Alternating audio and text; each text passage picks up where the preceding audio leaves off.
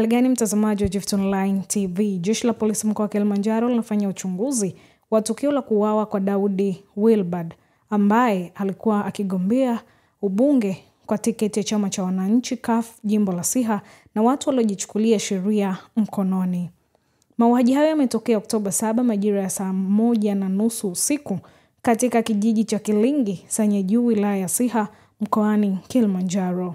Tukio hilo la kujichukulia sheria mkononi limetokea baada ya Daudi Wilbard marehemu kumchoma kwa kisu tumboni na kusababisha utumbo kutoka nje Abdul Isa Muhammad, mkazi wa Kilingi, kata ya Sanyajuu.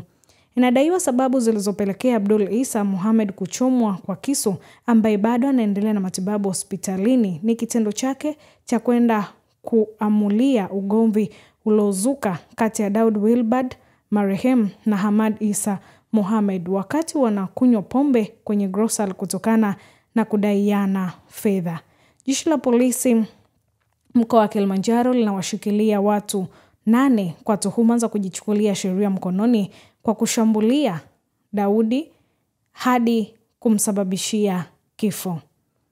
Watu hao ni Hamad Isa Muhammad, Alphonse Kinyahaya, Rizika Amadeus, Frank Paulo, Shedrack Emmanuel, Jeremia Mkonda, Zainabu Elisha na Isa Muhammad. Jeshi la polisi mkoa wa Kilimanjaro linaendelea kutoa wito na kukemea baadhi ya watu kujichukulia sheria mkononi, kwani mara nyingi imekuwa ikisababisha madhara makubwa kama hayo yaliyotokea katika tukio hili. Hii imetolewa na kamanda wa polisi mkoa wa Kilimanjaro, na hii ni Gift Online TV. Jeshi la polisi mkoa wa Kilimanjaro linafanya uchunguzi wa tukio la kuuawa kwa Daudi Wilbard Mtuyahabi ambaye alikuwa akigombea ubunge kwa tiketi ya chama cha wananchi CUF jimbo la Siha na watu waliojichukulia sheria mkononi. Mauaji hayo yametokea Oktoba 7 majira saa 1:30 usiku katika kijiji cha Kilingi, Sanyajuu, wilaya ya Siha, mkoa wa Kilimanjaro. Tukio hilo la kujichukulia sheria mkononi limetokea baada ya Daudi Wilbard Mtuyahabi ambaye kwa sasa ni marehemu kumchoma kwa kisu tumboni na kusababisha utumbo kutoka nje wa ndugu Abdul Isa Muhammad, mkazi wa Kilingi, kata Sanyajuu.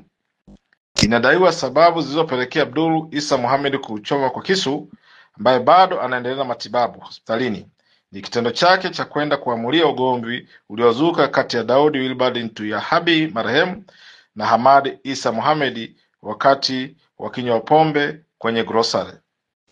Na sababu za ugomvi wao ilitokana na kudaiana fedha. Jeshi la polisi mkoa wa Kilimanjaro linawashikilia watu 8 kwa tuhuma za kujichukulia sheria mkononi kwa kumshambulia Daudi Wilbard Mtuyahabi hadi kusababisha kifo. Watu hao ambao wanashikiliwa na jeshi la polisi ni Hamad Isa Muhammad, Alphonse Kinyaha, Riziki Amadeus, Frank Paulo Rutindi, Shedrack Emmanuel, Jeremia Mkondo, Zainabu Elisha na Isa Muhammad.